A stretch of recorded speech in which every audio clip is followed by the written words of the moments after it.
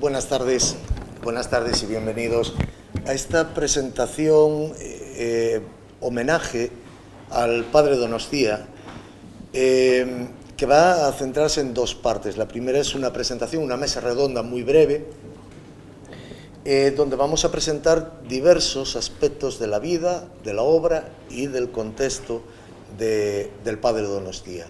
Y luego el concierto, donde se interpretarán diversas piezas que tienen ahí en el díptico, ¿no?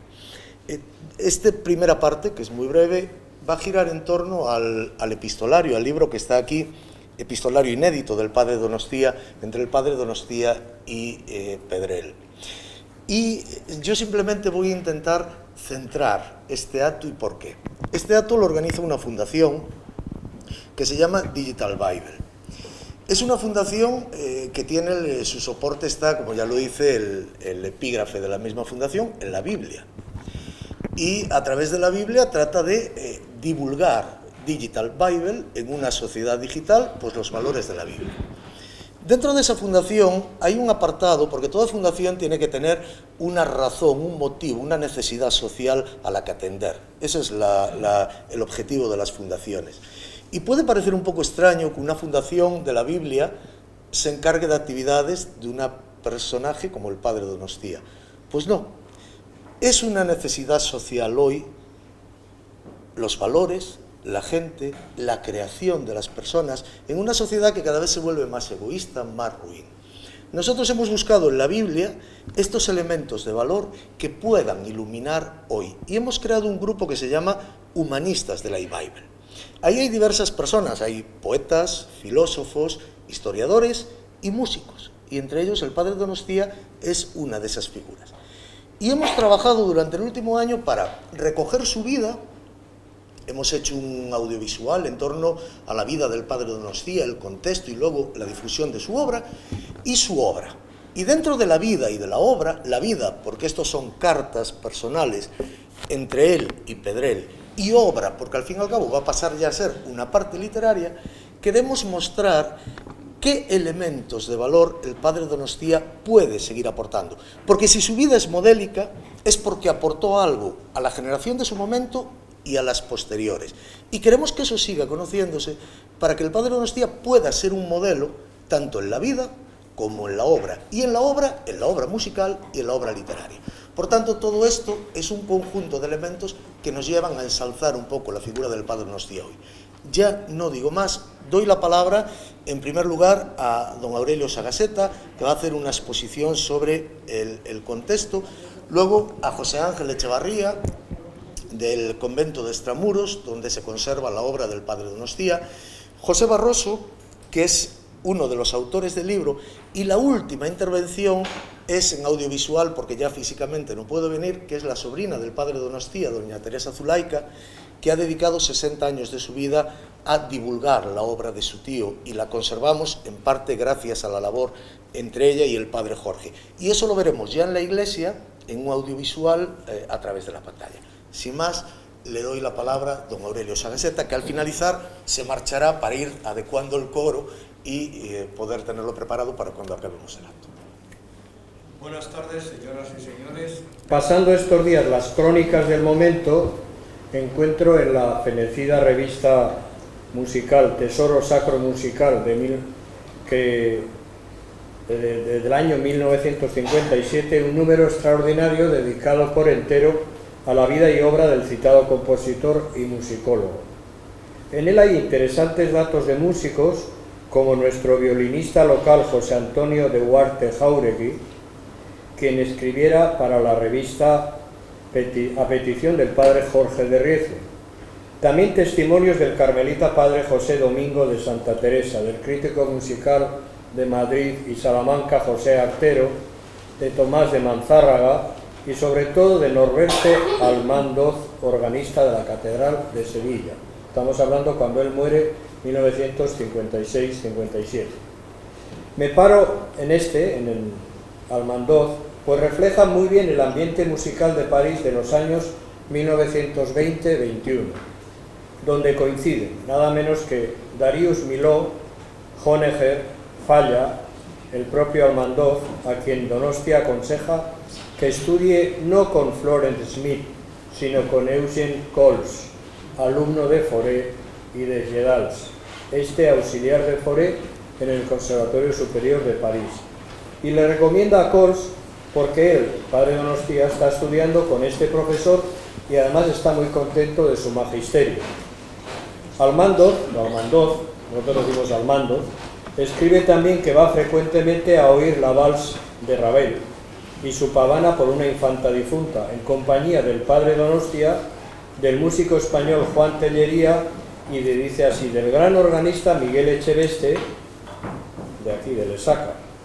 Echeveste era natural de Lesaca y profesor de Luis Taberna, fue mi profesor de piano en el seminario, estuvo en la catedral, en mi toma de posesión, como maestro de capilla el 24 de enero de 1962 y murió repentinamente el día 26 a los 2 días justos.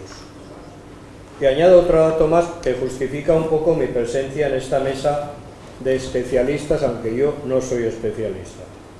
Unos días más tarde de la muerte del padre Donostia, se celebró en el convento de Lecaroz un funeral por él mismo.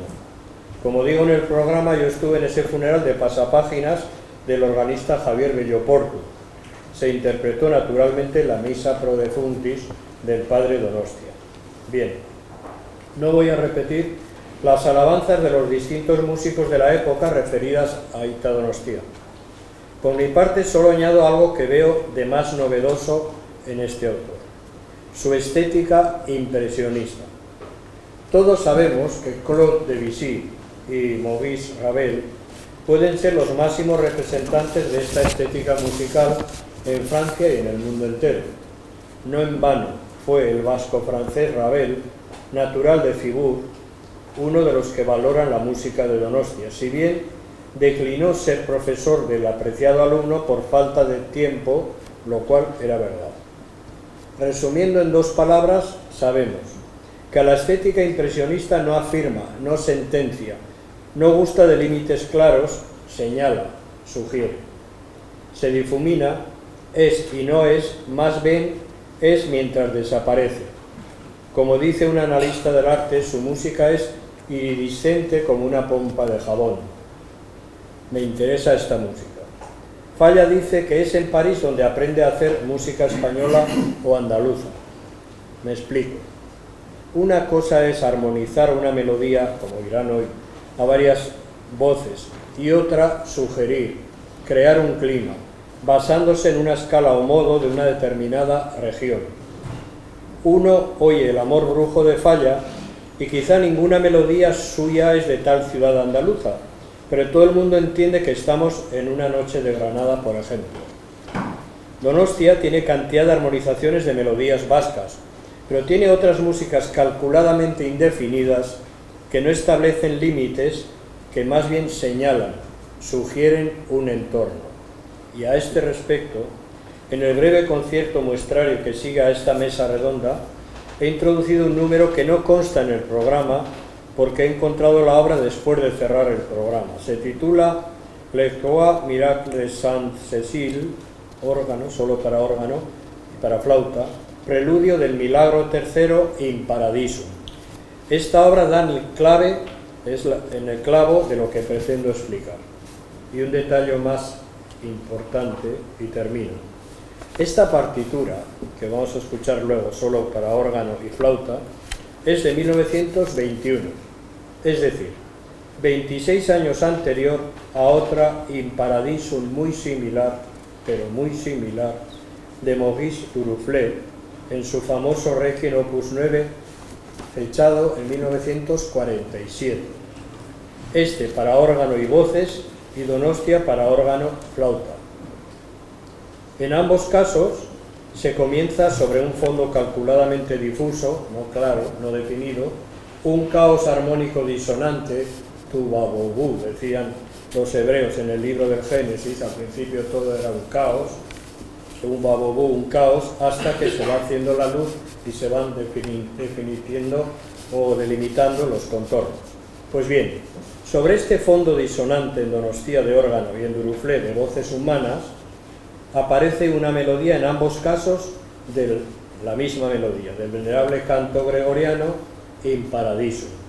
En Donostia lo hace la flauta, mientras que en Duruflé un coro de niños. Solo que, repito, Donostia lo publica en 1921 y Duruflé en 1947. Es música que no afirma, no tiene límites claros, solo sugiere, in Paradiso. Es Donostia, es todo. Como encargado del archivo de capuchinos de Pamplona, de lo que fue toda esta región, es decir, de Navarra y el País Vasco, decir que nosotros tenemos en el archivo del convento que desde hace 400 años llamamos los capuchinos siempre de Extramuros Pamplona, que de allí vemos perfectamente las murallas y la catedral.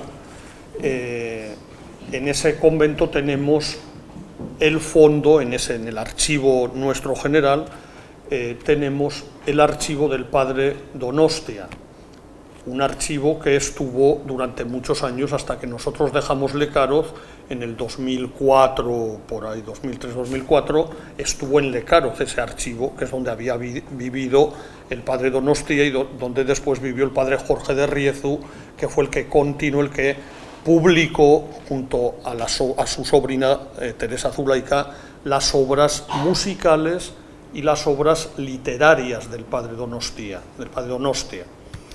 Entonces nosotros tenemos ahí lo que era el archivo personal con partituras originales, los cuadernos con los que él trabajó en su etapa de París, y cuando conoció a Maurice Ravel, Debussy, etcétera, etcétera. Es un archivo riquísimo, donde uno puede comprobar el trabajo ingente que realizó el padre Donostia. Parece imposible que una persona pudiera haber llegado a un cúmulo de trabajo de tal magnitud en conferencias, en investigaciones, algo increíble. Y estuvo relacionado con cantidad de gente, con Manuel de Falla, con Belo Portu, con Pedrell.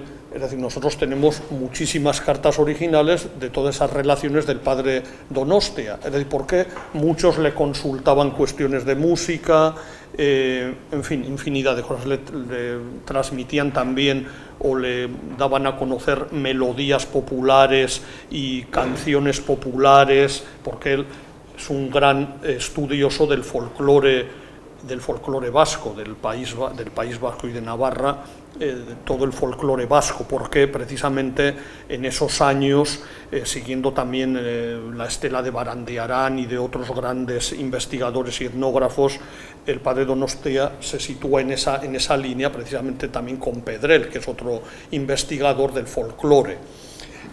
Bueno, pues decir que nosotros tenemos ahí en Extramuros el archivo del padre Donostia, también la biblioteca, su biblioteca, que está catalogada, el archivo está catalogado, desde hace 2 años está catalogado, están viniendo investigadores desde Barcelona, desde el CSIC, etcétera, etcétera. Ese archivo, y lo digo porque aquí en el público está una de las que han catalogado ese archivo, que se llama Miren, que trabaja en nuestra biblioteca y en nuestro archivo, está catalogado informáticamente, por supuesto, y está consultable, y ya digo, muchos especialistas están viniendo a consultar porque es de una riqueza muy grande. Para finalizar, decir que justamente, aunque no se ha dado aún a conocer mucho, aunque en San Sebastián ya se presentó, se ha publicado precisamente este año el volumen 10º de las obras completas, pero lo que serían las obras literarias del padre Donostia. Y esto es un volumen de todas las fichas que dejó, él, claro, ahora se han reelaborado un poco, se han adaptado para la publicación, pero las fichas que él dejó sobre sus investigaciones, sobre parte de sus investigaciones sobre el folclore. Entonces aquí, por ejemplo, aparecen tradiciones religiosas, cuestiones de magia, tradiciones populares, canciones populares, cuestiones, por ejemplo, sobre, aquí hablo una sobre el jueves gordo, es decir, los carnavales, tradiciones, es decir, estudio todo tipo, que es algo increíble, es una maravilla. Uno dice, si este hombre hubiera tenido un ordenador en aquellos años, no sabemos qué hubiera hecho, en vez de 10 volúmenes tendríamos 50 o 60 volúmenes. Este es el 10º y ya parece que no van a salir más, porque este volumen ha costado varios años, al que lo ha preparado le ha costado varios años prepararlo, pero después me dicen aquí los de la Fundación que también han participado en la publicación de este volumen, que al final del concierto, si hay algunos ejemplares, si alguno está interesado se podrá adquirir, lo mismo que el libro del epistolario entre Federico Pedrell y el padre Donostia. En fin, simplemente decir que si algún especialista lo conocéis o está interesado en consultar el archivo, nosotros estamos encantados en que este archivo se consulte y se estudie, y quien quiera venir con la debida preparación, evidentemente, porque tampoco puede venir ahí pues uno que no sabe absolutamente nada, es decir, a querer ver no sé qué cosa, ¿no? Es decir, pero por supuesto está abierto, está todos los días abierto en horario de mañana de 9 a 2 de la tarde, y quien quiere puede venir. Ya digo, han venido ya muchos a investigar en nuestro archivo el fondo del padre Donostia, que, como digo, es riquísimo y nos hace comprender pues el trabajo ingente que esta persona hizo con los medios del tiempo, evidentemente. Muchas gracias.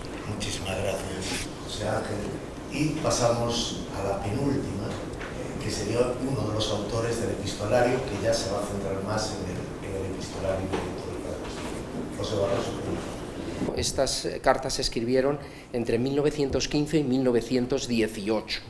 Pedrell tenía 74 años, era un hombre consagrado, ya con muchos discípulos en toda España.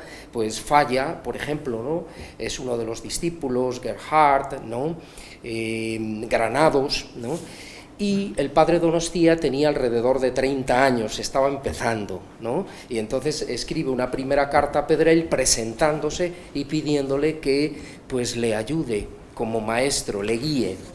Y yo me voy a centrar sobre todo en el valor que tienen las cartas, ¿no?, en el acto de escribir. O sea, escribir es tomar conciencia de nosotros mismos, pero también tomar conciencia del otro.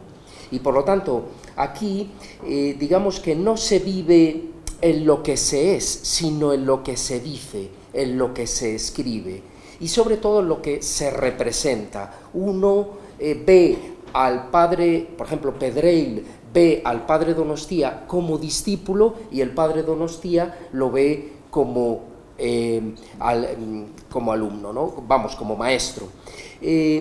Y también ver que los dos son intelectuales. Entonces son cartas que se van sucediendo, pero al mismo tiempo se van formando ellos. Tanto el maestro como el discípulo se van formando en el amor a la música, en la música, pero en un humanismo en general. Y luego hay una carta que también edito aquí del padre Otaño, presente en el archivo, que es el que presenta al padre Donostia a Pedrell, y lo presenta así. Dice: temperamento exquisito, sensibilísimo a toda belleza, le hace apto para grandes empresas artísticas. Es decir, que lo presenta como un artista, como un intelectual, ¿no? Por lo tanto, le une a los dos el amor a la música, pero el amor con un sentido formativo, un sentido educativo. Dice Pedrell al padre Donostia en una de las cartas: y yo ambiciono como un honor dirigir, nada más que dirigir su educación, en lo que me da cierto derecho, mi experiencia y mi amor entrañable a usted. Aquí está el sentido de construcción de la amistad, a través de un epistolario. Padre Donostia, dice, sus consejos y advertencias son para mí lluvia de mayo, soy tierra sedienta y ávida de fructificar, poco o mucho según Dios me haya dado, pero ya que puedo, revanceler, dice, cita un verso de Verlaine, Rebonceler, despertemos, es la hora, que tiene que ver mucho con el de Machado, que dice, desperté, ¿quién enturbia los mágicos cristales de mi sueño? Estaba hablando antes Aurelio Sagassetta de la estética que era de sugerir, ¿no? Mallarmé en la época también, on ne dit pas, on suggère, no se dice, se sugiere, y por lo tanto su amistad también está en un entorno estético, artístico, de sueños, ¿no? De sueños y de vivencias interiores. Las cartas, por ejemplo, Pedro Salinas tiene un tratado sobre las cartas y dice, las cartas tienen un sentido, dice él, educativo, él lo llama deliciosa educación, ¿no? Por ejemplo, las cartas hay una tradición de epistolarios entre grandes intelectuales en este sentido formativo. Por ejemplo, las más claras son las de Schiller a Goethe, y le dice Schiller, me ha enseñado a Goethe, ¿no? Me ha enseñado a contemplar con mayor justicia la diversidad del hombre interior. Por lo tanto, el epistolario, las cartas, construyen interiormente, siempre desde el vehículo del amor a la música, en este caso, y del amor entre los dos, de la amistad. Lope de Vega dice también en su epistolario, las cartas son pedazos de alma, ¿no? Eso sería. Bien, entonces los dos, le dice Pedreil, usted en una carta es mi alter ego, dice allí, es mi otro yo. ¿Por qué? Porque descubre que están haciendo el mismo tipo de música, un tipo de música que ellos llaman nacionalista, nacionalizada, ¿no? La llaman así, es decir, de resucitar todas las tradiciones de cada lugar, en este caso del País Vasco, en el de Pedreil, de Cataluña, en el de Falla, lo hemos dicho antes, Andalucía, todos están envueltos en ese tipo de música, de rasgos, de reforzar, digamos, lo que define a cada lugar, ¿no? Y la música popular.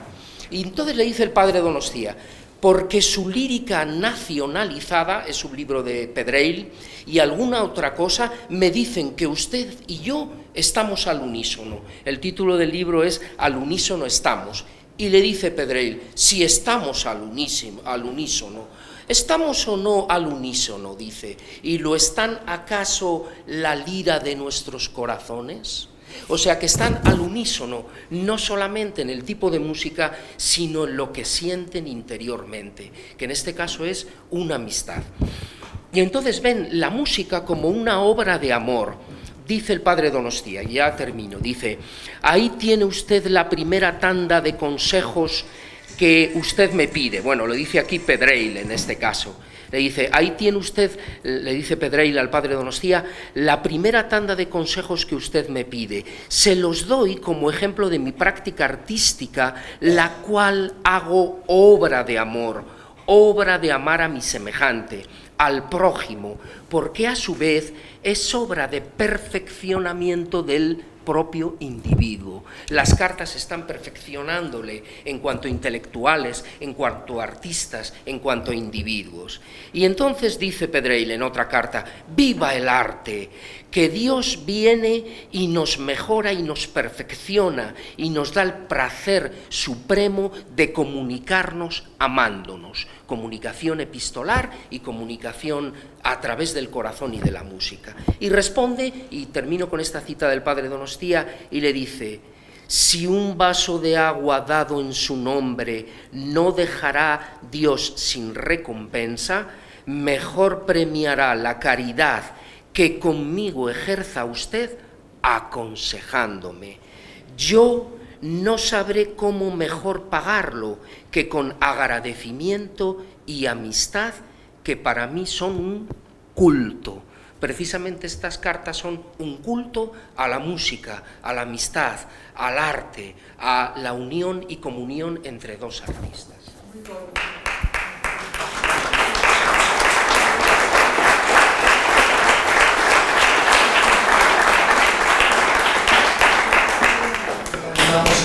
Este acercamiento al padre Donostia con una última presentación. Es muy breve, son 4 minutos y ya me están reclamando allí para ponerla, pero ya la vemos en la iglesia porque la persona que es la sobrina del padre Donostia, que ayudó a que todo esto que estamos diciendo aquí se pueda conocer, la hemos grabado en vídeo para que ella pudiese intervenir hoy también aquí. Vamos entonces hacia la iglesia.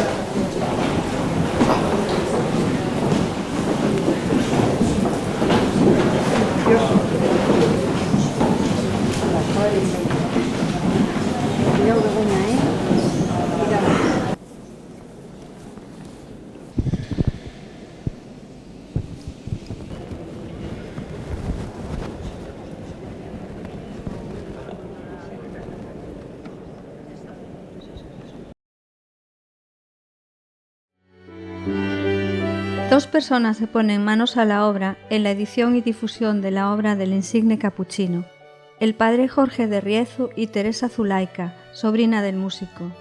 Difícil es el reto material y económico para editar y hacer públicas las obras del padre Donostia, pero más difícil y sacrificado, por aquellos tiempos, era hacer valer la aportación musical y musicológica del capuchino.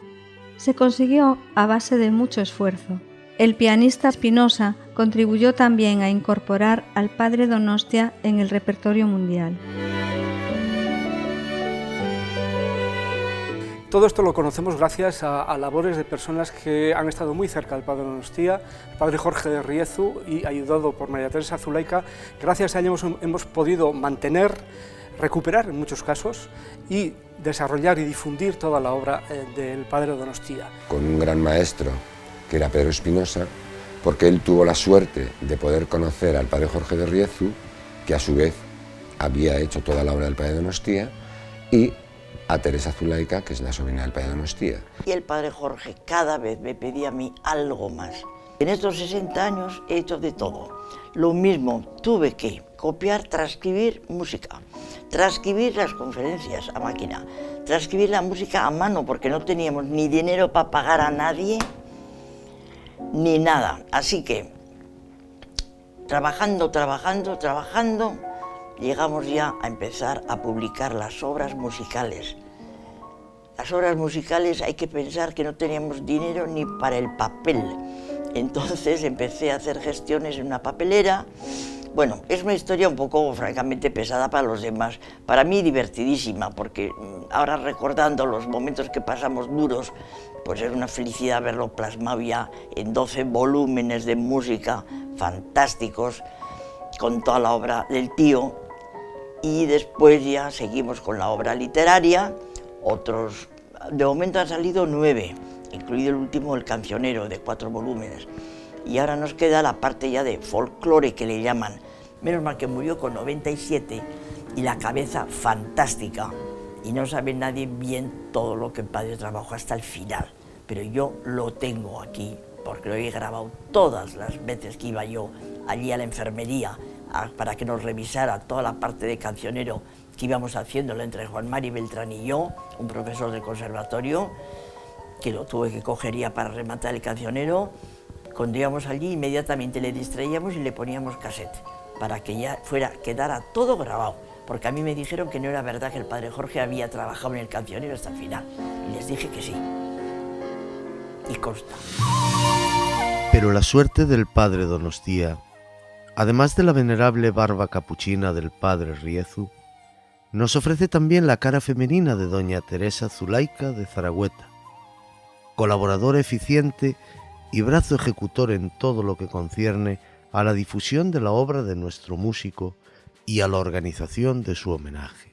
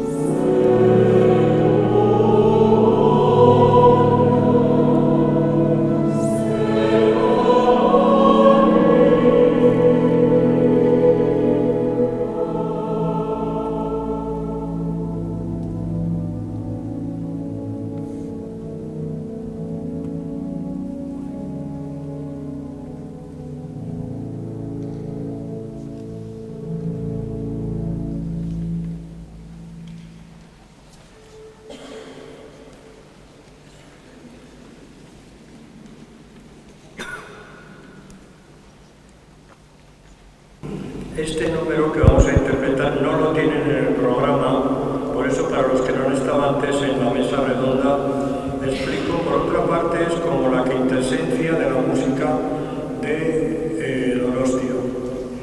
Les Trois Miracles de Santa Cecilia, los tres milagros de Santa Cecilia, es una obra impresionista.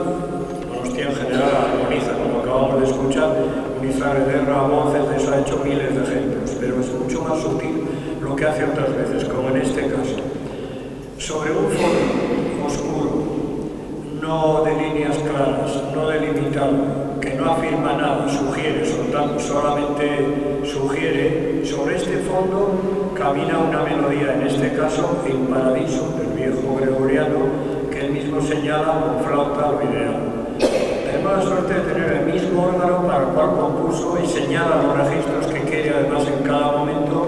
Solamente se puede escuchar aquí perfectamente porque, bueno, fuera del canto, que ya no existe, allá el órgano está aquí, pero es el lugar ideal para escuchar con este órgano esta obra.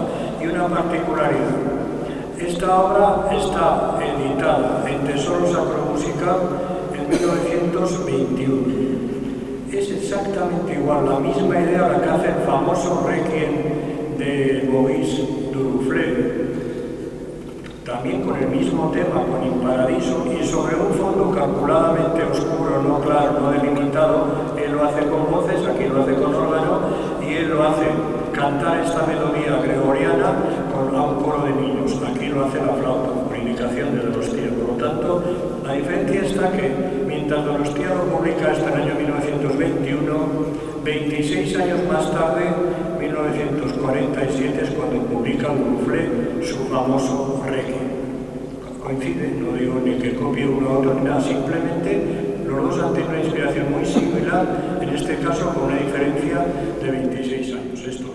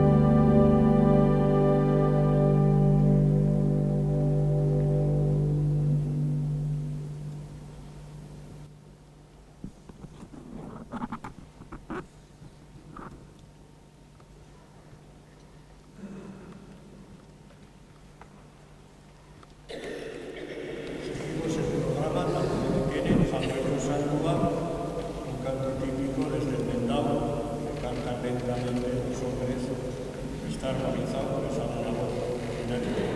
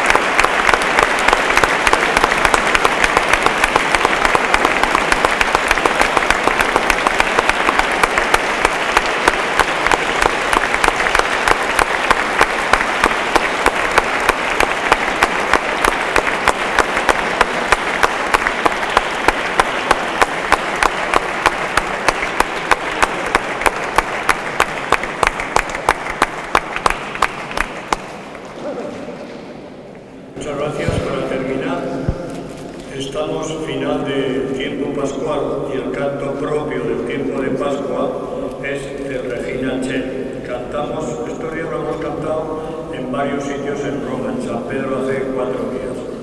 Este mismo canto, Regina Coeli, es sobre el gregoriano, un polifonista, Juan García Salazar, de la Catedral de Burgos.